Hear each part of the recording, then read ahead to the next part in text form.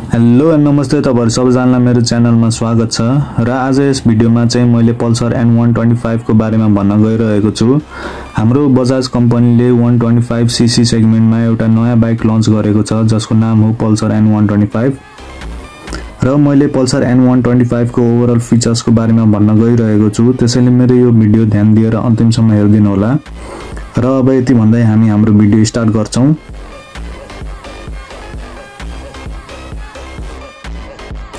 Pulsar N125 मा चाहिँ तपाईहरुले FI सिस्टम वाला इन्जिन पाउनुहुन्छ। 125 सीसी एयर कूल इन्जिन छ यसमा जसले 12 PS र 11 न्यूटन मिटर को टोर्क प्रोड्युस गर्छ र फ्यूल ट्याङ्क चाहिँ फुल मेटल बडीमा छ र फ्यूल ट्याङ्कको क्यापेसिटी चाहिँ 9.5 लिटर रहेको छ र साथसाथै मोबाइल चार्ज गर्नलाई चार्जिङ पोर्ट पनि पाउनुहुन्छ। र बाइकको सिटको कुरा गर्नु पर्दा चाहिँ बाइकको सिट चाहिँ धेरै लामो छ जसले गर्दा फ्यामिली पर्पजको लागि पनि धेरै सुटेबल र कम्फर्टेबल छ। र यसैगरी बाइकको लाइटिङ सिस्टमको कुरा गर्नु पर्दा चाहिँ अगाडि तपाईहरुले फुल LED हेडलाइट पाउनुहुन्छ भने पछाडीको टेल लाइट पनि स्टाइलिश नै रहेको छ र साइड लाइटमा चाहिँ तपाईहरुले हेलोजन लाइट पाउनुहुन्छ। 125 सीसी सेगमेन्टमा सबभन्दा धेरै ग्राउन्ड क्लियरेन्स भएको बाइक हो यो जसमा 198 mm को ग्राउन्ड क्लियरेन्स हामीले पाउँछौं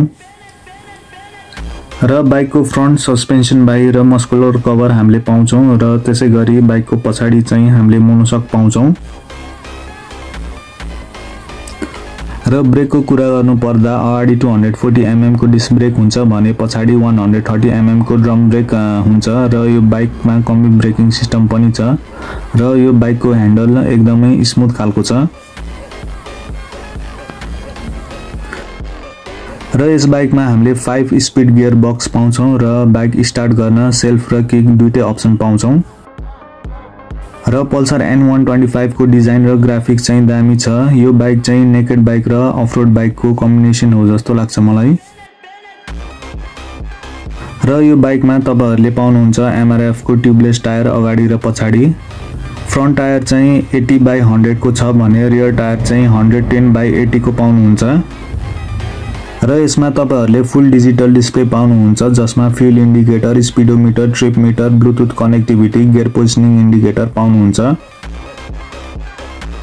र यसको माइलेज चाहिँ कम्पनीले 60 to 65 पर लिटर भनेको छ। हाम्रो पल्सर N125 को सीसी र वेट चाहिँ एउटै छ।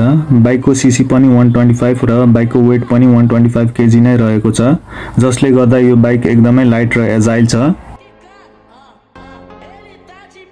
र यति भन्दै मैले मेरो यो भिडियो यही टुङ्ग्याएको छु। तपाईहरुलाई मेरो यो भिडियो कस्तो लाग्यो कृपया कमेन्ट गरिदिनु होला र च्यानललाई लाइक शेयर सब्स्क्राइब गर्न नबिर्सिदिनु होला। हस्त यति भन्दै टाटा एन्ड बाइ बाइ।